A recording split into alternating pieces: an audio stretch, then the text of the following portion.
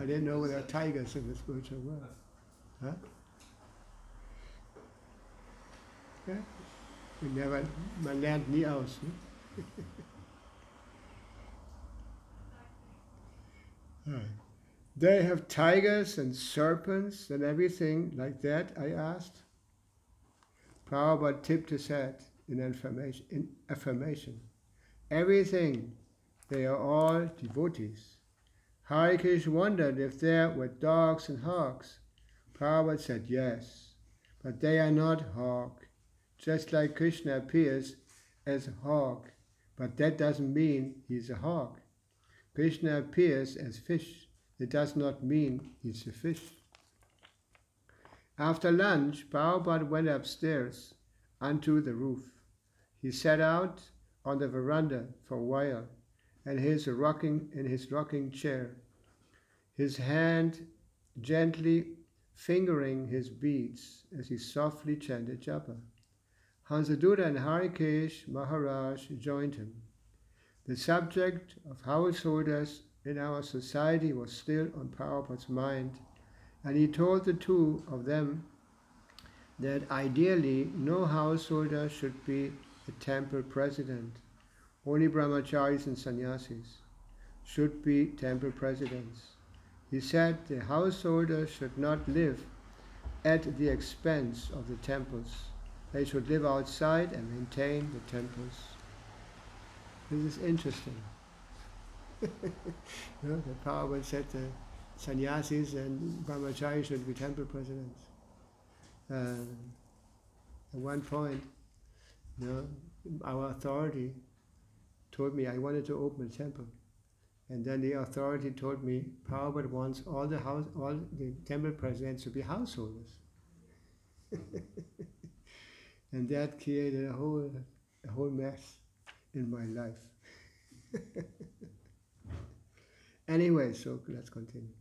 So Prabhupada is changing his vision by experience.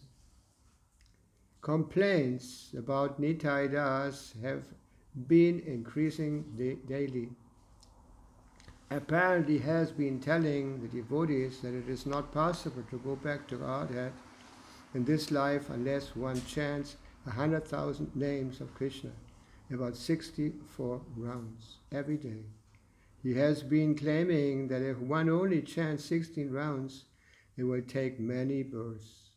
Many devotees are affected by this nonsense, which Nitai got from some advanced devotees in Govardhan. Prabhupada said he has become Sahajya. He pointed out that at initiation, we agree to chant not less than 16 rounds. We are not saying only 16 rounds. You can chant more if you want, 64. But actually, we are not capable of chanting 64, 100,000 names a day. This is not possible for you. As I gave Srila Prabhupada this message this evening, he told me about proper marital relationship, especially the need for the wife to be faithful. He has been working steadily on his translation and commentaries at the 9th canto, and he told me a story from the 3rd chapter illustrating the ideal attitude a woman should have towards her husband. He said Sukanya was a beautiful young princess who by circumstances had to marry an extremely old Javana Muni. I was massaging his legs and feet, and Prabhupada chuckled, saying that his skin was still tight, whereas Javana was completely slack. So therefore, the Muni was even older than him. Yet he explained that the girl still served Javana very faithfully. Prabhupada described how, after Javana met with the Ashwini Kumaras, his body was restored to a very youthful state. They dipped down in a certain lake In this way, he became a very beautiful young man. Then, for Sama Yajna, his father-in-law, the daughter's father came. So he was surprised. How is that? My daughter is with another young man. He became angry. My dear daughter, what is this? You are defaming your husband's family and my family. He began to chastise like that because he sees that I got my daughter married with an old Chiavana. How is that? With a young man, just see, condemned like anything. As she was laughing, Prabhupada said, she knew that I have not changed my husband. I changed a change of body. Then she said, my dear father, don't be angry. He's your real son-in-law. He has become now young by treatment. Then he was very pleased and embraced his daughter, that you are so nice. This is Vedic civilization. Even one has got old, going to die husband, she cannot change. This is the chastity. I said, once a woman was married, then that was the finish of it. No connection with other men. Prabhupada agreed, no, that one marriage is sufficient. She must remain very faithful to her husband, chaste. That is wanted, not that I do not like this husband, I'll change. That is not wanted. Whatever your father and mother has chosen, that's all. He is your worshipful husband. This is the point I wanted to bring. And her father was surprised. How is that? I got you married with an old man. Some or other circumstances I have obliged. I was obliged. How is that you have picked up one young man? You chastised her like anything. Then when he came to understand that the same old man has become now young man by medical treatment, then he was satisfied. So you cannot change, he went to say. I have seen it. One, my father's friend, he was a very old man. He was at that time not less than 65. But his wife died, and he was married with another young girl. But his sister forced him to marry, that unless you marry, who will look after you? You have no children. But I have seen that young woman who was married with that gentleman. In our childhood, we used to call her Didi. Didi means elder sister. So the relationship was very thick and thin. But that old man, not less than 65, and this young woman, almost 20 or 25, she was serving the husband like anything. We have seen it. There is no question of changing or being dissatisfied.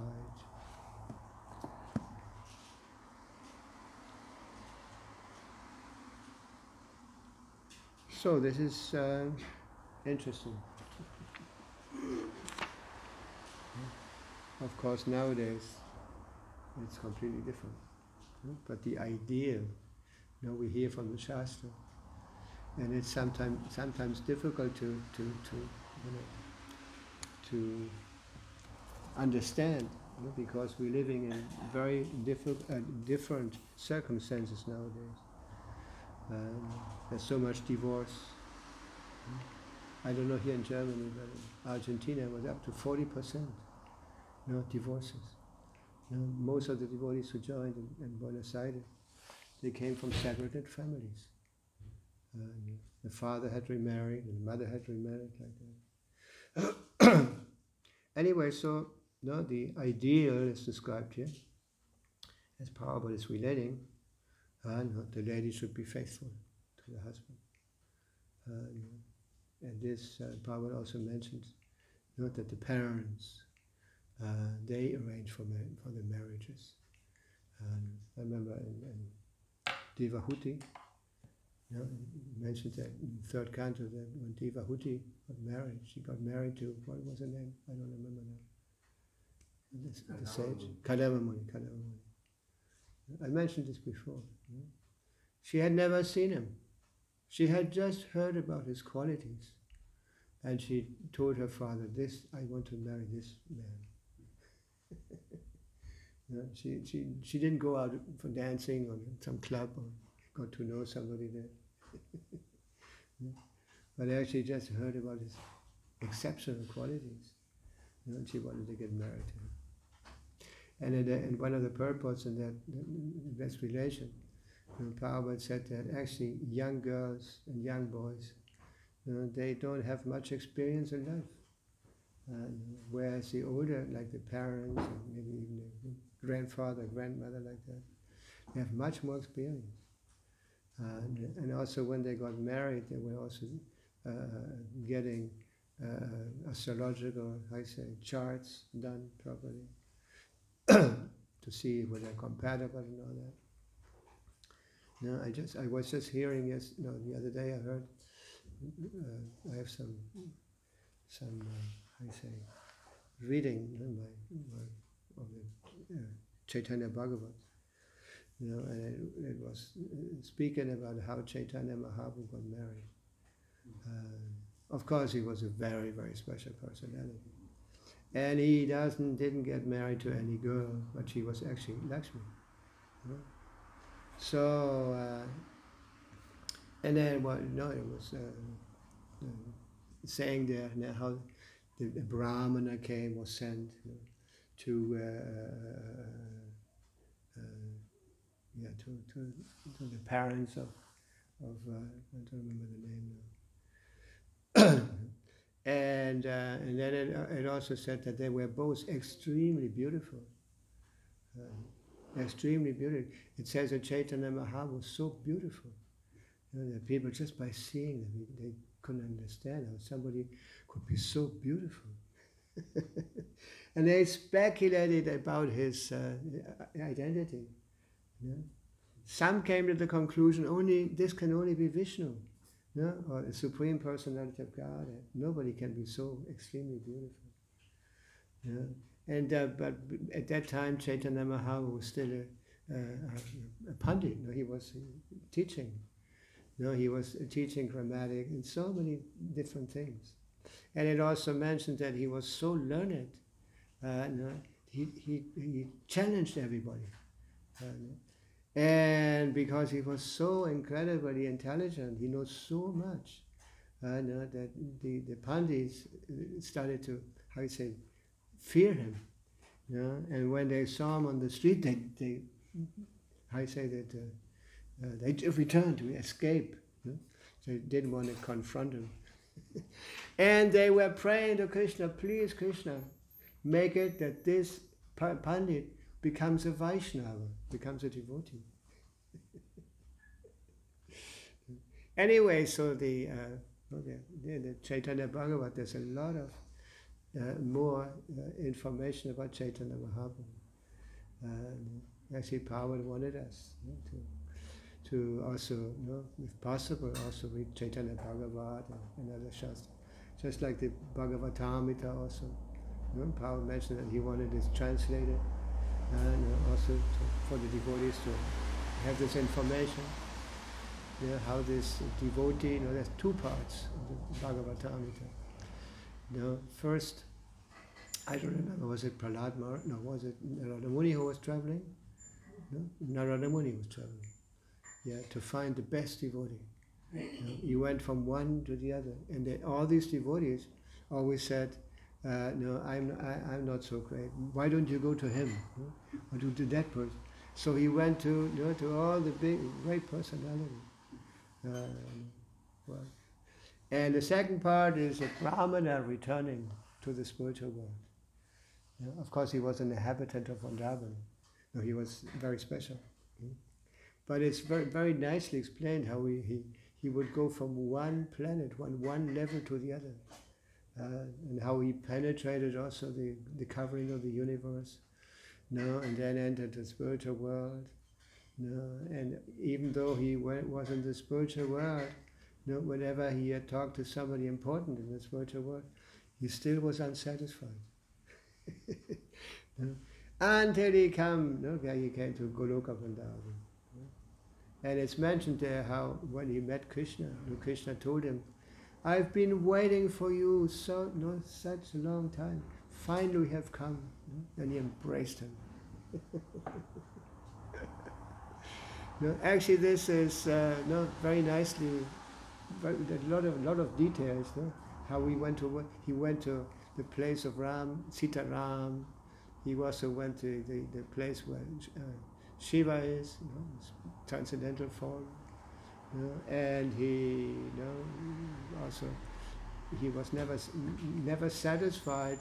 At the end, first he was very, very impressed and very ecstatic, but then he wanted more.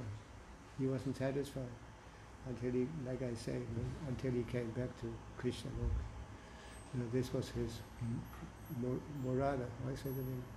This was his place. So anyway, we stop here now and then we finish Srimad Bhagavatam. Any questions?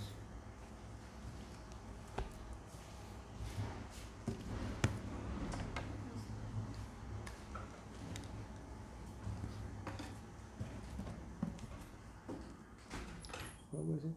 Welches Kapitel war das noch? 6, 11 das Kapitel. Huh? 11, 20.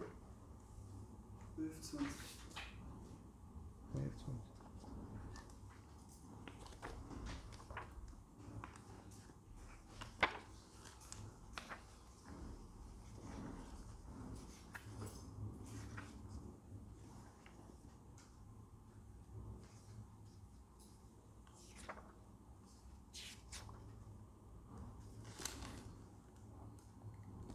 Navesha? Yeah. Om Namo Bhagavate Vasudevaya. Om Namo Bhagavate Vasudevaya. Om Namo Bhagavate Vasudevaya.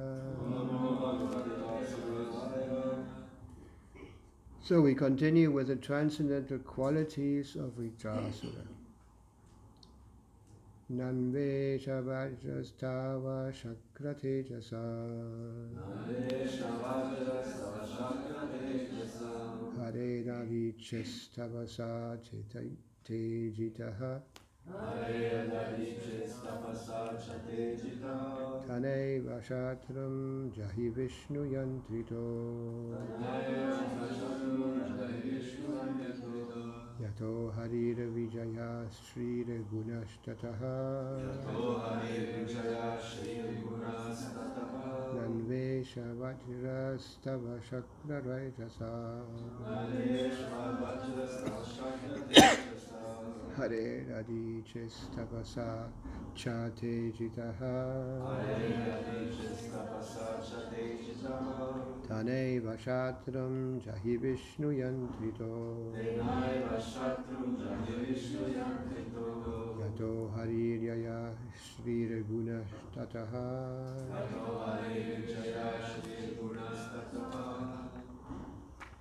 Nanvesha Vajrastava Shakra Tejasa Nanvesha Vajrastava Shakra Tejasa Hare Dadicestava Satchate Jitaha Hare Radichistabasa Chate Jitaha Denaiva Shatrum Jahi Vishnu Yantrito Hare Vashatrum Jahi Vishnu Yantrito Yato Hare Vijaya Shri Gunastataha Yato Hare Vijaya Sri Gunastataha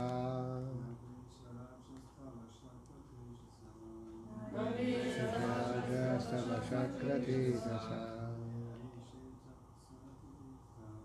Hare Radichistabasa Chate Jitaha Hare Vashatrum Jahi Vishnu Yantrito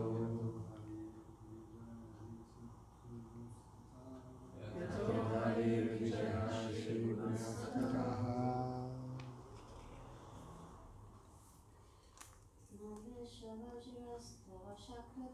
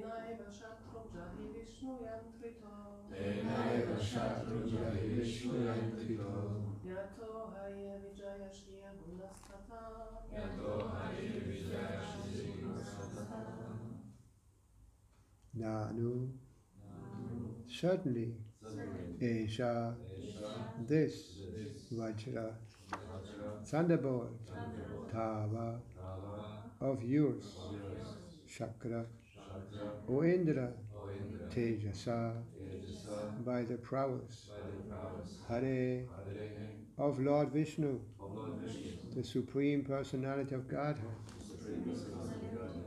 Dajise, Dadiche, of Dadichi, Tabasa, by the austerities,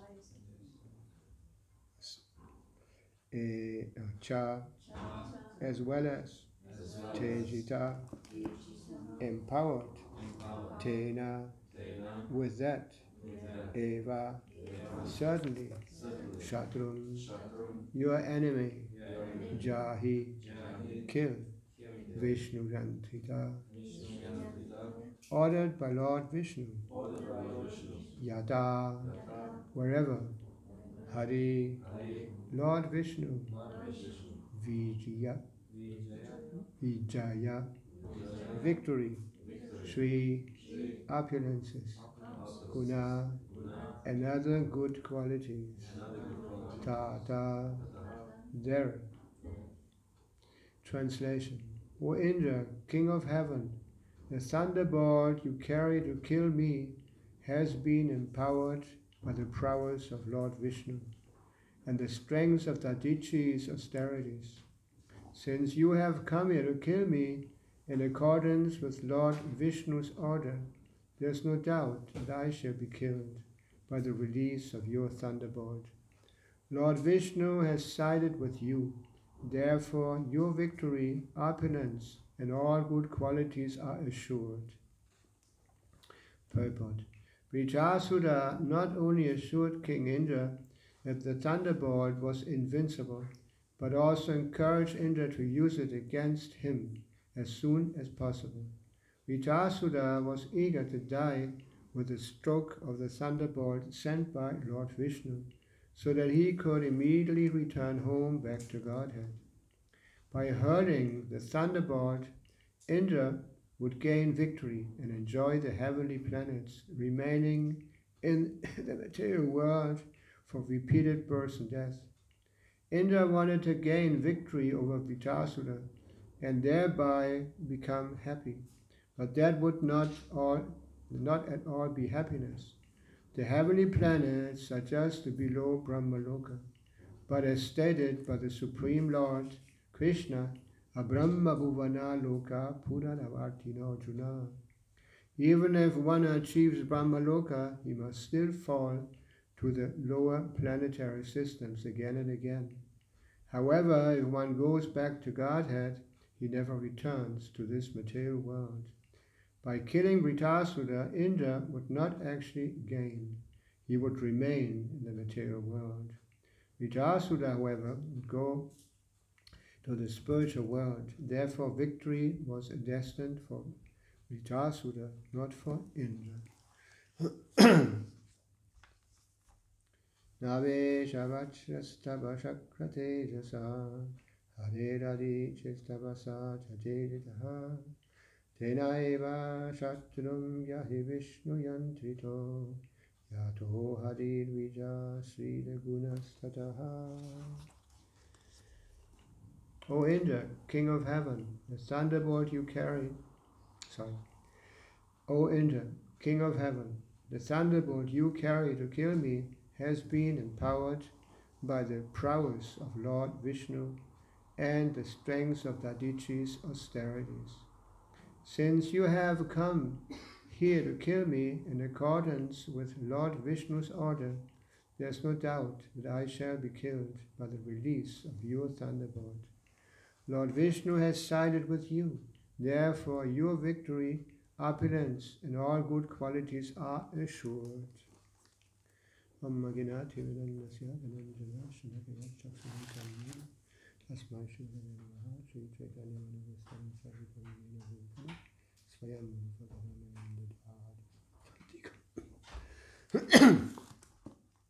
So we hear about Vitasura. This is transcendental qualities of Vitasura. Even though he was apparently the leaders of the demons, but actually, he was Vitasura. He was a devotee of the Lord. Everyone who has participated in the last classes knows, how this was happening. That he was on the opposite, fighting on the opposite side of the, as enemy of the demigods. But this was actually an arrangement of Krishna. He would be killed, by the demigods, and not go down or whatever, what it was the destiny of the demons, but he would go up. And not only go up, but he would achieve the highest platform. He would go back to Vaikuntha, go back to the spiritual world. So this is very difficult, but it's a long story, told in the former chapters. It's mentioned he was cursed. Even though he was a devotee, he was cursed to go into the body, take birth in the body of a demon. But because he was a devotee, even though he was given the body of a demon, so to say, complying with the function of a demon, the leader of the demons, he still was saved. So we all reap the results of our former activities.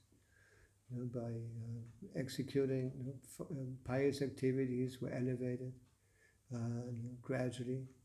We elevated to higher and higher platforms. And if we continue, if we insist in committing sinful activities not authorized by the Shastras, then we go down and down and down. Just like the structure of the universe is also like this. The higher planets, Prabhupada mentions here, that below Brahmaloka, the highest planet in this universe, there's so many other heavenly planets. But the highest of all, is Brahmaloka or Satyaloka. And it says that our Brahma, it mentions that he goes back to Godhead. Prabhupada has explained once that the first form, when the soul falls from the spiritual world, is he gets a body of Brahma. And then he goes down to other forms like that. But when the soul fall comes to the sense of the material world, there's a lot of power still. Just like Brahma, he's in charge of the creation. He's a Shepfer God. What is that in English? God created, the created God. Just like there's he's created under the direction of the Supreme Personality of Godhead. So he's not kind of independent. Nowadays, when one becomes conditioned by the moods of material nature, one tends to become, think oneself to be the center of all, the most incredible, the best of all, the center of all, everything. And this is due to our ahankara, our false ego. The real ego is Nitya Krishna Das, eternal servants of Krishna. But somehow by the desire to control and enjoy, we descend. We come under the influence of this illusory energy. So this process, to recover one's constitutional position again, is normally a very long process, birth after birth. Bahunam jamanavanti gyanavanam papadanti vasudeva samriha samahatma sudhava. After many births, Krishna said, after many births, one achieves a human form of life. Actually, it's very rare that the soul achieves the human form in this material world. In this cycle of birth and death, there's so many different other forms. And to get a human form of body, like Krishna says, if one actually gets knowledge, somehow, one becomes knowledgeable, one is trained or educated very nicely, then he can understand that there's a cause of all causes. Just like Bahunamja, Vasudeva Savamiti. Vasudeva Savamiti. That Vasudeva, or Krishna, is everything. And surrenders to Vasudeva. And then the verse ends saying, Samahatma Sudulabha. Such a great soul is very rarely seen. Just like we see nowadays. It's very rare to find devotees. Just like here in Germany. How many inhabitants I have now here? After the reunion? Anybody know? No? Anyway. 88 million. Yeah. 88 million. And how many German devotees are here? Actually, all our temples in Germany now filled with foreigners. There's hardly any Germans anymore. Colombia, Russia, Mexican, they come from all parts of the world. It's very rare that actually German, even when we were having many more devotees in the 70s, beginning 80s, like that. There were so many devotees. But somehow, they're not there anymore. Whereas in other countries, like we always heard that in Russia, so many devotees, so many people are joining. In other places also, especially in India, so many devotees are joining. So it's very rare, Samahatma Sudurava, to meet such a great soul, completely surrendered to the lotus feet of the Supreme Personality of God, is very rarely to be found. And Srila Prabhupada was very eager to present Krishna consciousness to everybody. That everybody should know about Krishna consciousness. And he gave a lot of emphasis. We had a time here when we had this, this was actually Harikesh, he wanted that. Actually it came from Prabhupada originally. Prabhupada was very eager to know from the devotees and the temples, to get reports of how many devotees I had made, how many temples I had opened, how many books I had distributed. So these were the main, point that Srila Prabhupada wanted to know. And undoubtedly it's very difficult. Once the soul is entangled in the material world, it's very difficult to get out of this entanglement. It requires a lot of attention. A lot of attention from those devotees who are there, to dedicate their lives to preaching, to convince or inspire others to become devotees, take advantage of this incredible chance by obtaining a human form of life. And then also we had a program No, we have a program in ISKCON, devotee care. I don't know if you ever heard about this, no, devotee care. Actually, we have a minister of devotee care in ISKCON.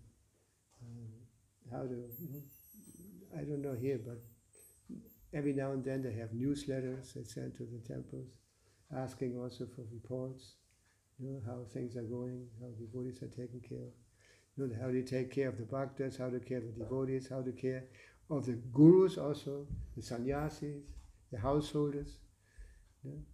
Requires a lot of attention to take care of our devotees. Like I mentioned, unfortunately so many are not there anymore. They have given up the dedication to devotional service. I was just speaking to somebody, and I remembered that at the time when Prabhupada was there, especially in the very beginning, when somebody left, Prabhupada became very emotional. He sent somebody to preach it, see if he could come back in the beginning. And then Prabhupada, of course, Prabhupada gave this responsibility to his leaders, like the temple presidents. There was a time when the temple presidents were very important for Srila Prabhupada. We didn't only have GBC meetings in Mayapur, but Prabhupada also called the presidents, and they were revising. How you say? Whatever GBC resolutions were taken, they were given first to the group of temple presidents, for their evaluation. If they have any ideas or corrections or anything like that. And not only that, I mentioned that before. When there was some problem with the temple president and the GBC wanted to change the temple president, he couldn't do it. There had to always been 3 GBCs to decide if the temple president would continue or not. That much important Prabhupada gave to that, to be really taken up this responsibility. Anyway, so this is very extraordinary what we hear here. That the person who is functioning as the leader of the demons, that he was actually a devotee and went back to God. There was, anyway, so these are pastimes that we find in Srimad Bhagavatam to show us different, different conditions, and how devotees became devotees in these conditions.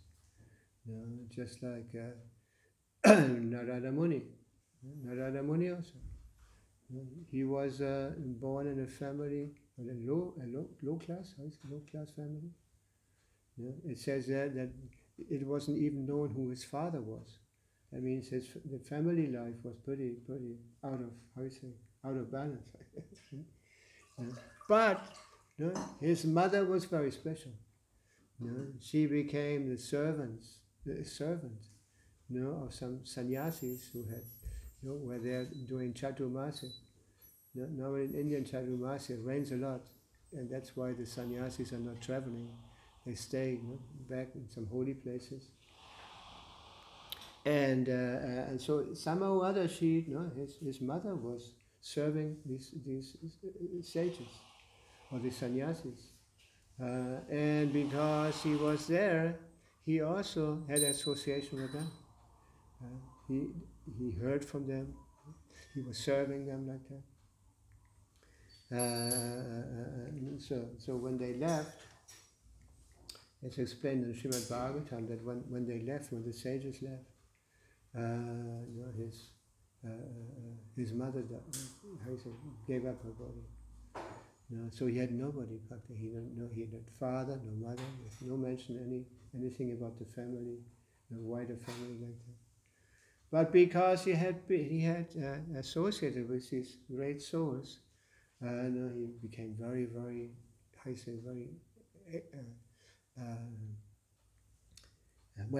he became purified. So what he did was it says he started traveling to the north, towards the north. Just like the Pandavas also, it's mentioned in Mahabharata. They also, when they took Vanaprastha, they also traveling, walking to the west, to the north. What am I saying? West, I said? North. Yeah, north. Yeah, to the north. And it's mentioned, one after the other gave up their bodies. And at one point it mentioned that Yudhishthira, even though he was incredibly pure and everything, but because he had disobeyed the order of Krishna at one point, remember? He was supposed to tell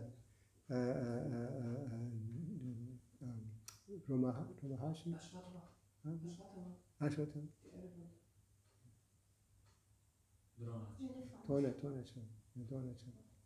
Dronacharya. Actually, Krishna, to stop Dronacharya, he revealed that the only way to kill Dronacharya was that they tell him that his son had died in battle. And so Yudhishthira didn't want to do it. Actually, he said something. He said, because as soon as this was said, Bhishma went and killed an elephant who had the name Dronacharya also. So he could say, that actually he's dead. But when Yudhishthira started speaking, he said, the son of Dronacharya was killed in battle. And he said, he wanted to say the elephant. And at the time when he said Dronacharya, what am I saying? Ashwatthama, the elephant was killed. All of a sudden there was a conch shell, indicating the end of the battle for that day.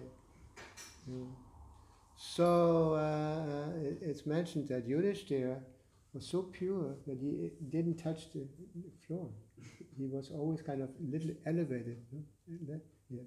But as soon as he had said that, he touched the floor. And then in the end, when they were traveling to the Himalayas north, he had to see hell. As a reaction of his negligence to repeat exactly what Krishna had told him to do. So, it's not so easy to surrender to Krishna. Even Yudhishthira, it says that he was what is the name he had? Ajatashatru. His name was also Ajatashatru. Ajatashatru means that he has no enemies. Very difficult to understand. He was on the battlefield. He was supposed to kill his enemy. But he had that quality, he had that name. Anyway, so this story of Vijayasura continues. And maybe I should read another verse. Is that okay?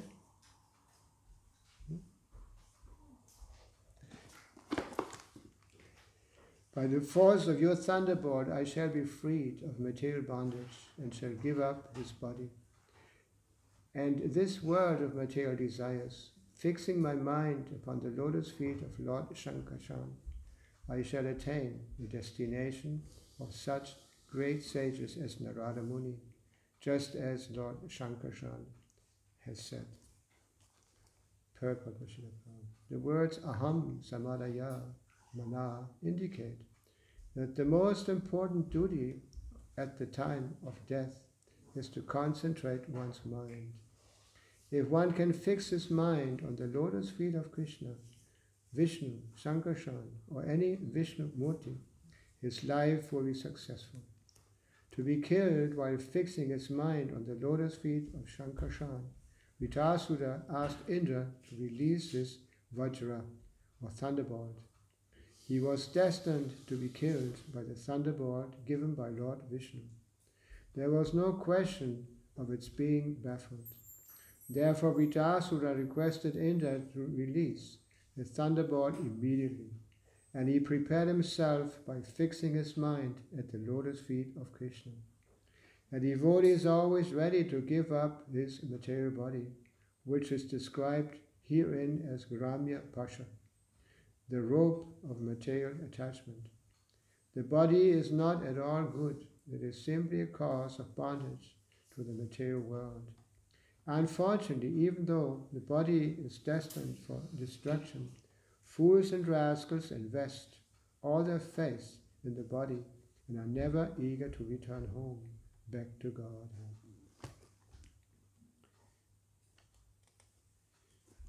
So regarding this remembrance of Krishna at the time of death, I remember there was a disciple of Srila Prabhupada. He was a sannyasi, I don't remember his name. He was stationed in Spain for a long time. He was from America, but he was stationed there. And when his mother was about to die, he went to see her, to take care of her like this. He stayed with her some time. And then when she was about to leave, the mother asked, "So where's your Krishna now? Where's Krishna?" And at that time she gave up her body. And so he wrote to Srila Prabhupada.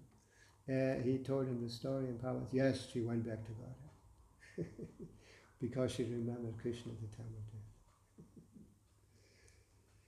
So this is actually very important, that we should also be eager to develop our Krishna consciousness to the point that in the midst of great difficulties, what to speak of death. And the biggest difficulty is death, like it's mentioned here, because we're so attached, or so much identified, our bodily identification is so strong. But if we continue with our practice of devotional service, and we learn how to take shelter in Krishna, and always try to think of Krishna. See, the Prabhupada gave us this nice term, Krishna consciousness, to see everything related to Krishna. Then there's hope. That at the time of death, at least if we are conscious at this time. But actually, Prabhupada once explained also that even though one might not remember Krishna after having been a devotee for a long time or whatever, if he's in coma or something like that, unconscious, then Krishna, out of his costless mercy, also makes him remember him. Why is this? Because Krishna is also very grateful. Once one has rendered some... this is one of the many qualities of Krishna, 64 qualities of Krishna. And he is Dankpa. What is a Dankpa in English? Grateful. One of the qualities of Krishna is he's very, very grateful. And Prabhupada mentioned that once somebody has done something for Krishna, Krishna never forgets. And is always trying to encourage that person to continue, do more service. Yes. Krishna is very, very Dankpa. What is that?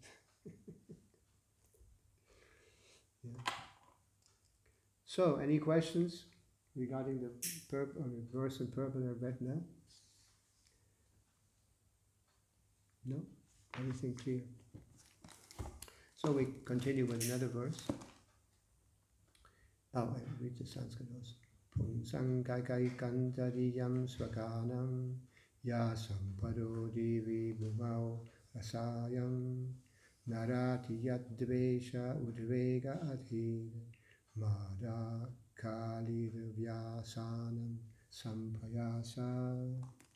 Persons who fully surrender at the lotus feet of the Supreme Personality of Godhead and always think of his lotus feet are accepted and recognized by the Lord as his own personal assistants or servants.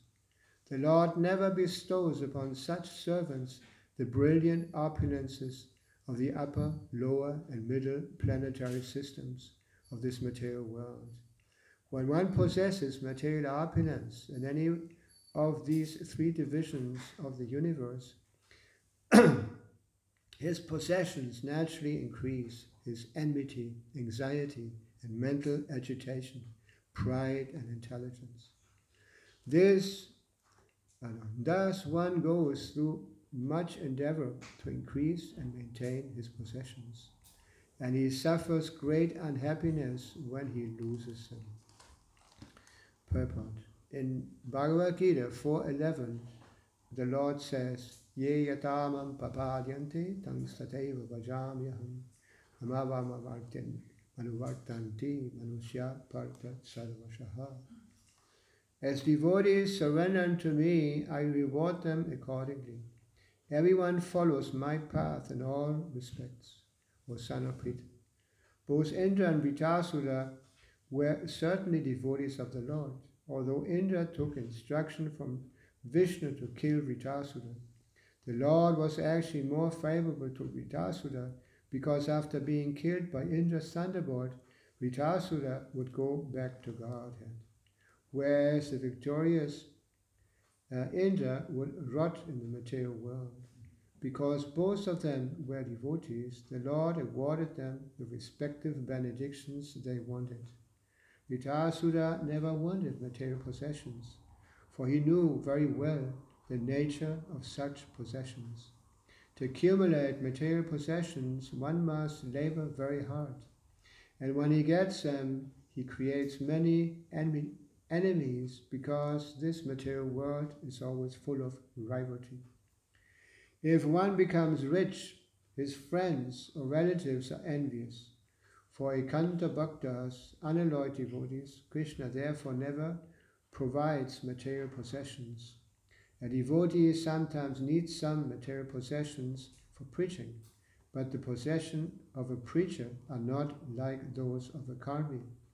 A karmi's possessions are achieved as a result of karma, but those of a devotee are arranged by the Supreme Personality of Godhead, just to facilitate his devotional activities. Because a devotee never uses material possessions for any purpose other than the service of the Lord. The possessions of a devotee are not to be compared to those of a karmi.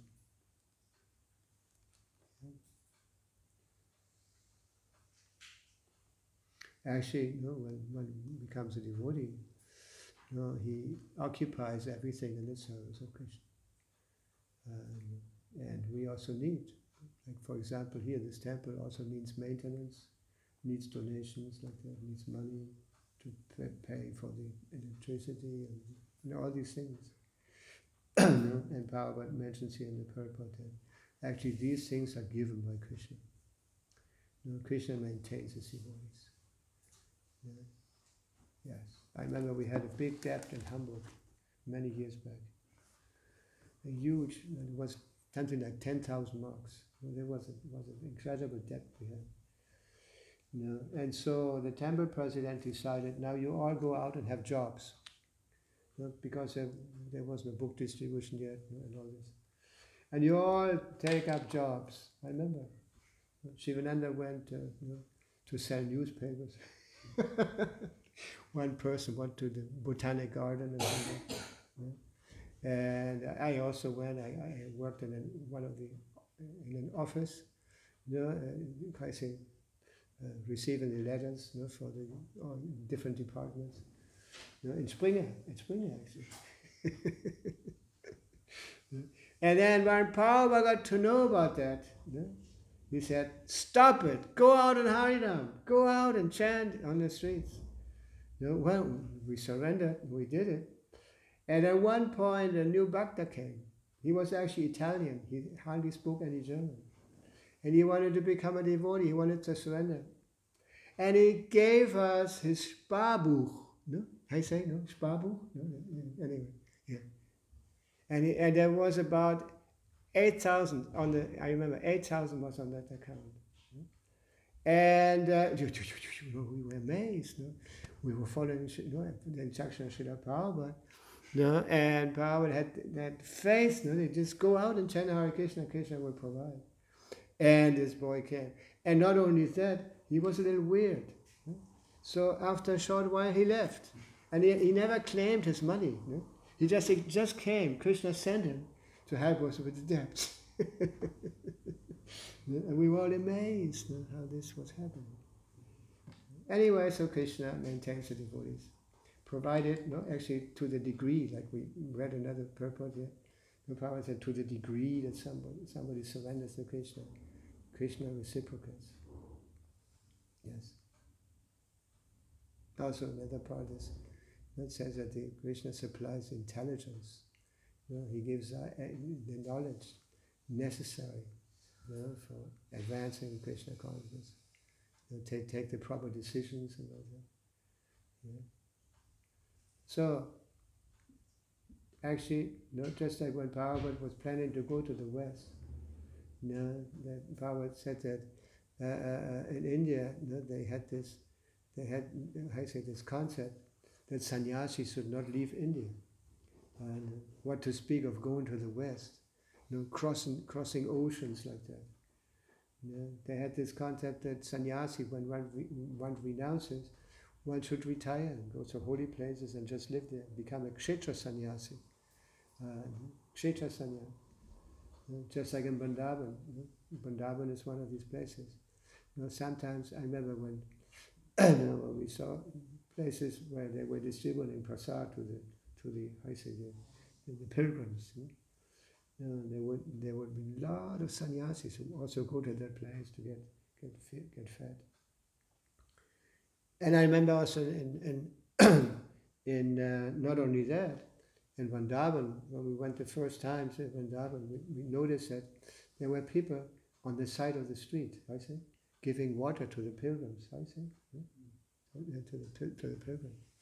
They saw that as their service, to give to the pilgrims, to serve the pilgrims, and those who were dressed in saffron also. Yeah. But actually, Srila Prabhupada, better to say Chaitanya Mahaprabhu, gave us another lesson. That actually, we have a mission. Chaitanya Mahaprabhu gave us a mission. We have to work tirelessly to expand this mercy of that Chaitanya Mahaprabhu has given us. Just like it's undoubtedly difficult to maintain centers in the cities. For the difficulties. But Prabhupada wanted centers where the people were.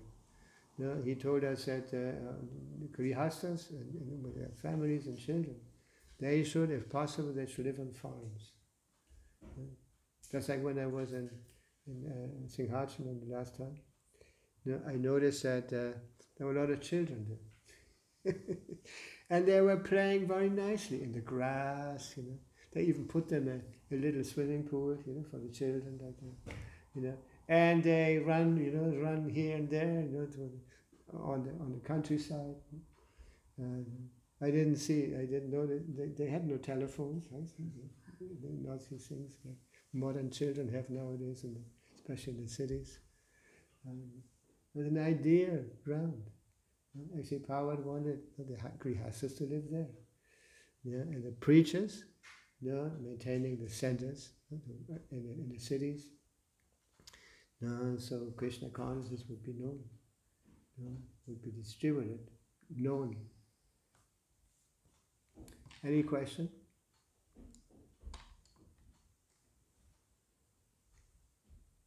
Yeah. When Tulsi Priya is here, she's Sorry? always Tulsi Priya, our God's sister. Tulsi Priya. Yeah. She's always asking the questions how to be a good devotee or how to be a good servant. Actually, I gave her the name Tulsi Priya. You know why? She was taking care of Tulsi here in the beginning when she became a devotee. And she did it with so much devotion that I gave him Tulsi Priya.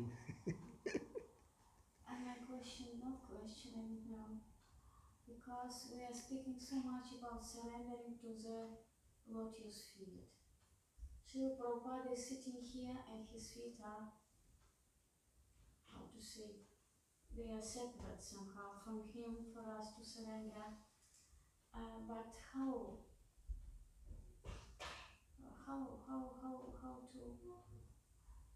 to be consistent? If you worship somebody's lotus feet, that means you have to surrender. You can't come in like, but you have to be very, very submissive. It's the lowest part of the body. Yeah. So if you surrender to the lotus feet, means that you have to assume a very, very humble, feel yourself very insignificant. It is not only the lowest part, because it's also the feet of the Vaishnavas. Here, for example, on this floor there are so many traces, feet of the Vaishnavas, Maharajas, you, or senior devotees. Yes, we can surrender, that's enough, it could be enough. But it could be enough. Oh. But it's, when I see concrete, the feet, the lotus feet, the form of the feet, I think it doesn't happen. Sorry? You feel very happy? It doesn't happen by me. Yeah. It doesn't work. Just wait. I can't do it. Just continue. Be a good devotee. Follow strictly. Hear. Read Prabhupada's books. Go out and see what books.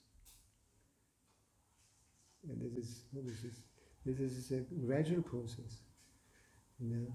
Step by step. That's why one of the qualities that are required is that we be very patient. How you say? Is that right? Patient. Yeah, patient, very patient. If we are not successful at one point, well, we shouldn't give up. Continue. Make another effort. Just like now you're already distributing more books than before. Isn't it? Yeah. And if you continue, you'll be surprised. if you maintain yourselves fixed on your service, Krishna will give you more and more facilities. And you will also be able to teach others, to teach other devotees how to distribute books. What do you think?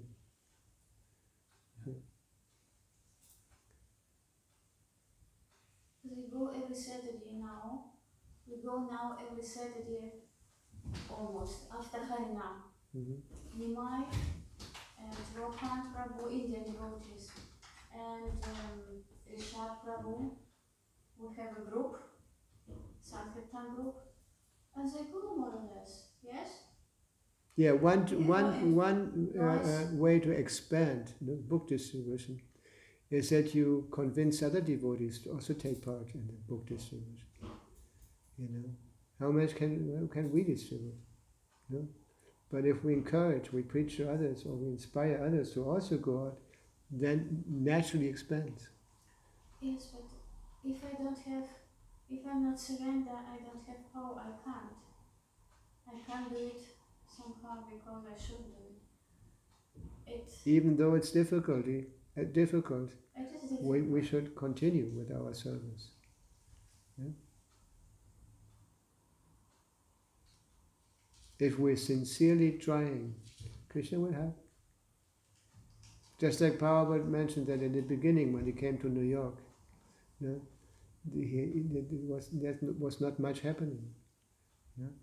Even they started, they tried to stop Prabhupada. When he went to the ashram of Dr. Mishra, Dr. Mishra prohibited Prabhupada to speak to his disciples. Just like I mentioned the other day, that Prabhupada continued doing kirtans and cooking for them. That's why I told you the story that I met someone in Finland, an Indian. He was actually working with, when we were presented to him, somebody presented us to him as disciples of Bhaktivedanta Swami, and the man said, "Oh yeah, I know Bhaktivedanta Swami." So, and then we asked him, so, tell us something about Prabhupada. And then the man said, oh, he was a very good cook. No, he is. At that time Prabhupada was still there. He's a very good cook. Yeah. No, we were so inspired to hear that, because we knew that actually this Dr. Mishra had forbidden Srila Prabhupada to speak, because he was an impersonalist. He didn't like it when Prabhupada spoke about the Supreme Personality of God. But just see, Prabhupada continued, and they continued eating his prasad. And even though there was not much happening in the beginning, Prabhupada didn't give up. Like I mentioned there was somewhere else. That Prabhupada mentioned that when he saw the Americans for the first time in Boston, then he said that, well, if I tell them to follow the 4 principles, they will probably say, just return to your place. And then Prabhupada added something, what made a big difference. He said, let me try anyway. Let me try anyway. So whatever problems, following in the steps of Srila Prabhupada, whatever problems we encounter, we should also think, well, let me try anyway. Whatever happened, okay, but I will, let me try. Then we continue.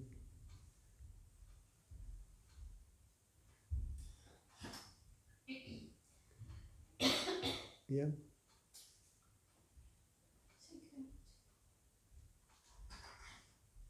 Thank you very much that you're distributing Prabhupada's books. Hare Krishna. Yes.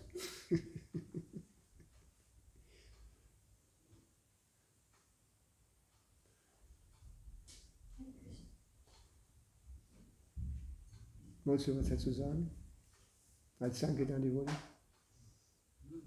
Ja? Richtig. Wichtig und important. Bisschen lauter. Ja, es ist wichtig, das zu machen. Das sollte jeder machen. Zumindest für eine Zeit. Ja, ich sage immer, das ist die beste Schule für die Devotees. Sankirtan. Das ist die beste Schule. Ich kann mich erinnern, als Hare Krishna auf der GBC hier war, da hatte er dafür gesorgt, dass alle Tempelpräsidenten ehemalige Sankirtan-Devotees sind. Ja, weil wenn man Sankirtan macht, dann versteht man mehr, was die Essenz ist, von unserer Bewegung. Ja. Als wenn man diese Erfahrung nicht hat, dann hat man nicht gleiche die Erfahrung, hat man nicht die gleiche Erfahrung. Ja. Nur zum Beispiel in Schloss Reddershof hatten wir eine Politik, ein Programm. Das war nämlich Devotee machen und Bücher verteilen. Ich habe selber das Bhakta-Programm gemacht vor einiger Zeit. Ja? Und man bereitet dir einfach nur vor, mit Manidara rauszufahren. Manidara war dann in charge für die neuen Sankirtan-Devotees. Der kam immer am Wochenende und hat gesagt, ist dann ein neuer, den ich mitnehmen kann. Ne? Ja, anyway, das ist die Vergangenheit. Gut, vielen Dank für eure Geduld. Hare Krishna.